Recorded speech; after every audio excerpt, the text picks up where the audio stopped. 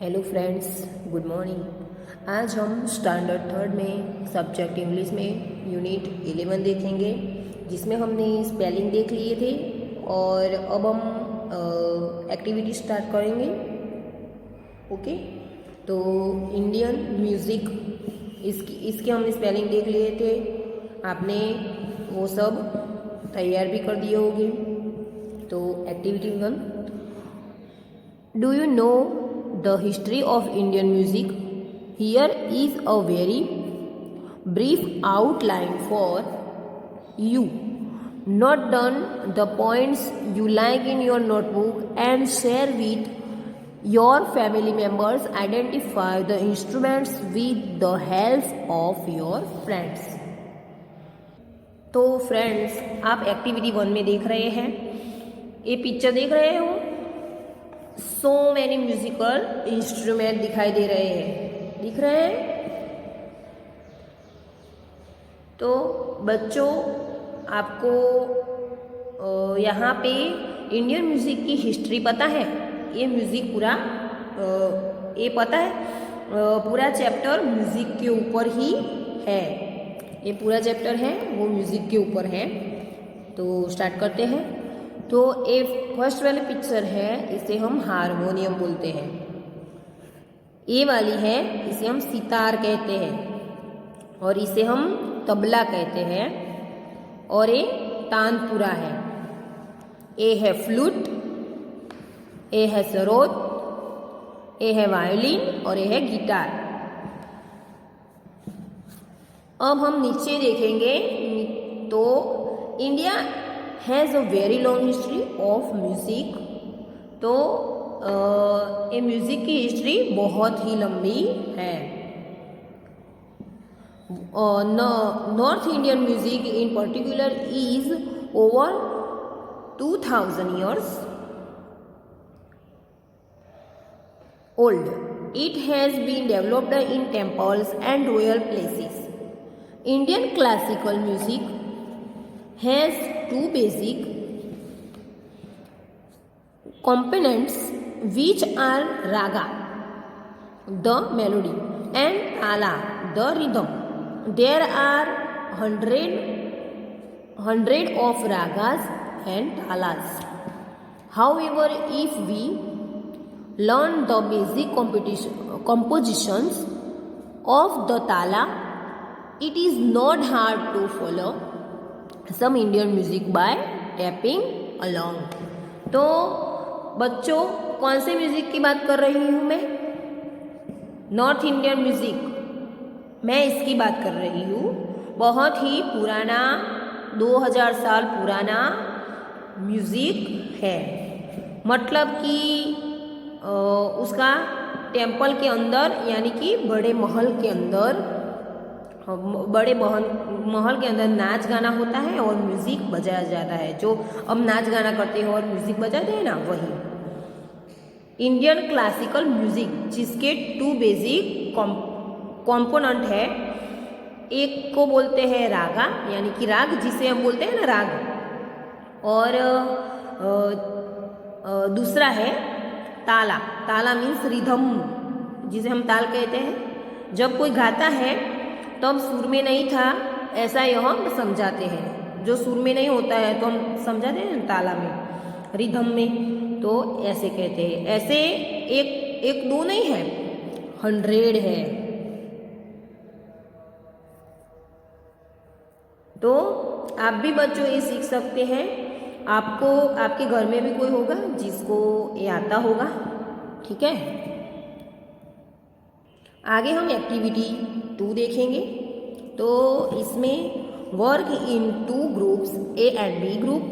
A will make a list of the Indian musical instrument group. B will make a list of western musical instrument. तो यहाँ पे friends 2 group बनाने हैं, और ए और B. तो इसमें लिस्ट बनाने हैं। ए वाले इंडियन म्यूजिकल इंस्ट्रूमेंट्स की बनाएंगे और बी वाले हैं वेस्टर्न म्यूजिकल, यानी कि यहाँ पे इंडिया के, और वो दूसरे बी वाले हैं वो बाहर के म्यूजिकल इंस्ट्रूमेंट बनाएंगे। जैसे कि इंडिया में हारमोनियम, सितार, सारंगी, फ्लूट, ढोल, तबला, वो सब इंडियन म्यूजिकल इंस्ट्रूमेंट है। और जो वेस्टर्न म्यूजिकल इंस्ट्रूमेंट है वो है पियानो, वायोलिन, गिटार, सेलो, कीबोर्ड, ड्रम, ट्रम्पेट, वो सब होते हैं वेस्टर्न म्यूजिकल। ओके, तो आपको ऐसे ही ग्रुप बनाने हैं। Activity 3, here is a inspiring passage about a person who devoted her entire life to music. तो यहाँ पे ये देख रहे हो आप, इसकी फोटो है लता मंगेशकर, देख रहे हो ना बच्चों। तो हम उनके बारे में देखेंगे। तो स्टार्ट करते हैं। आपने लता मंगेशकर की फ़ोटो देखी ही होगी। उन्होंने बहुत सारे ऐसे सॉन्ग्स गाए हैं, तो इसके बारे में हम यहाँ पे देखेंगे। तो Lata Mangeshkar is one of the most famous singers of the Hindi film industry. She has sung more than 30,000 songs in 20 different languages. तो यहाँ पे आपने ये लता मंगेशकर की फ़ोटो देखी है। उन्होंने 30,000 गाने गाए हैं और 20 अलग अलग भाषाओं में। लता Mangeshkar was born on 28 September 1929 in Indore. Her father Dinanand Mangeshkar was also a famous singer. Lata Mangeshkar learned music at a very young age. तो लता मंगेशकर उनका जन्म 28 सितंबर 1929 को हुआ था। उनके फादर भी बहुत फेमस सिंगर थे। लता मंगेशकर है, उन्होंने छोटी सी उम्र में गाना सीख लिया था। Lata Mangeshkar was very young when her father passed away to take care of her family. Lata acted in 8 films. Her first Hindi playback was for the film Aapki Seva में 1947. In 1949 she had for major 8 films बरसात, अंदाज, दुलारी एंड महल। तो इसके बाद उन्होंने तो लता मंगेशकर बहुत ही छोटी थी तब तो उनके पापा की डेथ हो गई थी। अरे आज ही पता चला कि लता मंगेशकर ने फिल्म में भी एक्टिंग की है। तो जब हमारा देश आज़ाद हुआ 1947 में, तो तब की बात है। कौन सा गाना आपकी वो गा रही थी, आप गाया था उन्होंने आपकी सेवा में। 1949 में फिल्म्स बरसात, अंदाज, दुलारी एंड महल, वो वाली फिल्म में उन्होंने गाना भी गाया था। तो आगे देखते हैं। She sang songs with famous singers like Mohammed Rafi, Kishore Kumar, Mukesh and Sonu Nigam. तो उन्होंने इसके बाद उन्होंने मोहम्मद रफ़ी, किशोर कुमार, मुकेश एंड सोनू निगम के साथ भी गाने गाए। Her success and determination made her one of the most famous women in the industry. She is the melody queen of the Indian music world. तो ये बॉलीवुड हिस्ट्री में फेमस है बिकॉज उनकी सक्सेस और जो योगदान दिए गए हैं फिल्म इंडस्ट्री में गाने गाकर। तो भारत देश के लिए भी गर्व की बात है और फिल्म इंडस्ट्री के लिए भी मिसाल की बात है। तो मेलोडी क्वीन है, इनकी आवाज़ में जादू है।